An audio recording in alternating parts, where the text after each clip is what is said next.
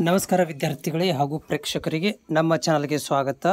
ಈ ವಿಡಿಯೋದಲ್ಲಿ ನೀವು ನೋಡ್ತಾ ಇದ್ದೀರಿ, ಹಿಂದಿನ ಒಂದು ವಿಡಿಯೋದಲ್ಲಿ ನಾನು ನಿಮಗೆ ಅಪ್ಡೇಟ್ ಮಾಡಿದ್ದೆ ಮೊರಾರ್ಜಿ ದೇಸಾಯಿ ಮತ್ತು ವಸತಿ ಶಾಲೆಗಳ ಒಂದು ಆನ್ಲೈನ್ ಅರ್ಜಿಯ ಬಗ್ಗೆ ಎಕ್ಸ್ಟೆಂಡೆಡ್ ಆಗಿರುವುದು ಮತ್ತು ವಿಸ್ತರಣೆಯಾಗಿರೋ ಬಗ್ಗೆ ಒಂದು ಮಾಹಿತಿಯನ್ನು ಕೊಟ್ಟಿದ್ದೆ.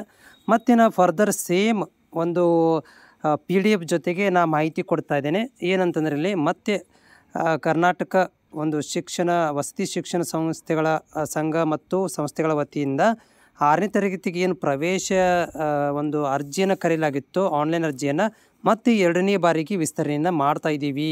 ಅದು ಎಲ್ಲಿ ತನಕ ಅಂತಂದರೆ 29, ಇನ್ನೂ 2 ದಿನ, 29 ರಾತ್ರಿ 12 ಗಂಟೆ ತನಕ ನೀವು ಆನ್ಲೈನ್ ಅರ್ಜಿಗಳನ್ನು ಸಲ್ಲಿಸಬಹುದು ಅಂತ ಹೇಳ್ತಾ ಇದ್ದಾರೆ.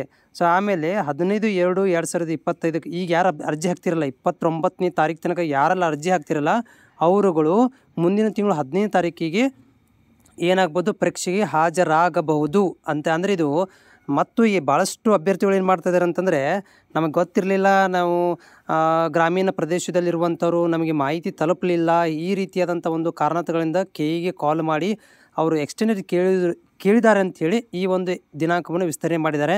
ನೋಡಿ ಅಭ್ಯರ್ಥಿಗಳು ಯಾರೆಲ್ಲ ಇದ್ದೀರಿ, ನೀವು ನಮ್ಮ ಚಾನಲ್ಗೆ ಹೊಸಬರಿದ್ದೀರಿ, ಚಾನಲ್ ಸಬ್ಸ್ಕ್ರೈಬ್ ಮಾಡ್ಕೊಳ್ರಿ. ಜೊತೆಗೆ ನಿಮ್ಮಲ್ಲಿ ಏನೋ ಡೌಟ್ ಇದ್ದರೂ ಕೂಡ ನಂಗೆ ಕಾಮೆಂಟ್ಸ್ ಮುಖಾಂತರ ತಿಳಿಸಿ.